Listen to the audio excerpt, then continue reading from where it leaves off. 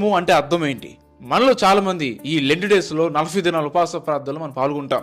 చాలా మంది ఉపవాసము అర్థం తెలియకుండా ఉపవాసం ఉంటున్నారు. ఈ ఉపవాసం అనే పదంలో 5 అక్షరాలు మనం చూస్తాం. ఉ ప వ స ము. ఉపవాసము. ఊ అంటే ఉపేక్షించుకోవడం, అంటే తృణీకరించుకోవడం. బైబిల్ వాక్యం సెలవిస్తుంది, ఎవరైతే నన్ను వెంబడించుకోని ఎడల తన్ను తాను ఉపేక్షించుకొని తన సిలువెత్తుకుని వెంబడించవాలని ప్రభు చెప్పాడు. అంటే ఉపవాసం చేయడం అంటే అర్థమేనంటే ఉపేక్షించుకోవడం. అంటే నేను కాదు, క్రీస్తు నాలో జీవిస్తున్నాడు. Not I but Christ lives in me. I have crucified with Christ. నేను క్రీస్తు వాడు సిలువేయబడ్డాను. ఇక్కడ జీవించేది నేను కాదు. మన కోరికలు, ఆశలు, ఇష్టాలు అన్నీ కూడా మనము తీసివేయాలి, వాటిని ఉపేక్షించాలి.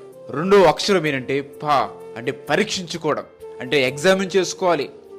అవునండి, మన జీవితం ఎట్లా ఉంది, మన బతుకు ఎలా ఉంది, నా మాటలు ఎలా ఉన్నాయి, నా క్రియలు ఎలా ఉన్నాయి, నా చూపులు ఎలా ఉన్నాయి, మన ప్రవర్తన ఎలా ఉందని మనం పరీక్షించుకోవాలి. ఉపవాస ప్రార్థనలో కూర్చున్నామంటే మనం ఎగ్జామిన్ చేసుకోవాలి, పరీక్షించుకోవాలి. నా జీవితం ఎట్లా ఉంది, నా ఆలోచన ఎట్లా ఉన్నాయి, నేను ఇంకా మానాలా, ఇంకేమైనా పాపాన్ని విడిచిపెట్టాలా అని మనం పరీక్షించుకొని ప్రభు దగ్గర మనం విజ్ఞాపన ప్రార్థన మనం చేయాలి. తర్వాత 3 అక్షరం ఏంటంటే వా, అంటే వాక్యాన్ని హృదయంలో ఉంచుకోవడం. వాక్యం శ్రమిస్తుంది, నేను పాపం చేయకున్నట్టు నా హృదయంలో నీ వాక్యాన్ని ఉంచుకుని ఉన్నాను. ఉపవాసం అంటే వాక్యాన్ని మన హృదయంలో ఉంచుకోవాలి. ఏ వాక్యం అయితే మనం వింటున్నామో ఆ వాక్యం ప్రకారం మనం జీవించాలి. ఆ వాక్యం ప్రకారం మనం జీవించాలంటే ఆ వాక్యం మన హృదయంలో ఉండాలి.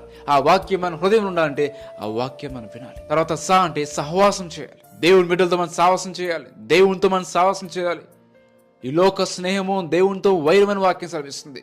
ఈ లోకంతో కాకుండా, ఈ లోకున్న బిడ్డలతో కాకుండా, ఈ లోకంలో మనుషులతో కాకుండా దేవునితో మనం సావాసం చేయాలి. దేవుని బిడ్డలతో మనం సావాసం చేయాలి. ఎప్పుడైతే మనం దేవుని బిడ్డలతో సావాసం చేస్తాము, మన కోరికలు మారిపోతాయి, మన ఇష్టాలు మారిపోతాయి, మన ప్రవర్తన మారుతుంది, మన మాటలు, మన చూపులు, మన ప్రవర్తన అన్ని కూడా మారిపోతాయి.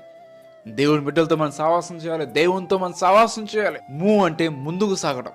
నేను క్రీస్తుని వెంబడిస్తున్నాను, ఇంకా వెనుతిరుగును అని చెప్పి ముందుకు పరిగెత్తాలి. లోతు బారిలాగా వెనక్కి తిరిగి చూడకూడదు. చూస్తే మన జీవితము ఉప్పు స్తంభంలాగా ఆగిపోతుంది. లుకింగ్ అంటూ జీసస్, క్రీస్తుని చూసి మనం ముందుకు సాగాలి. ఇంకా పాత జీవితము, పాత బతుకు, అలవాట్లు, పాపం అన్ని విడిచిపెట్టినన్ని మళ్ళీ వెనక్కి చూడకూడదు. క్రీస్తును పోలి మనం వెంబడించాలి.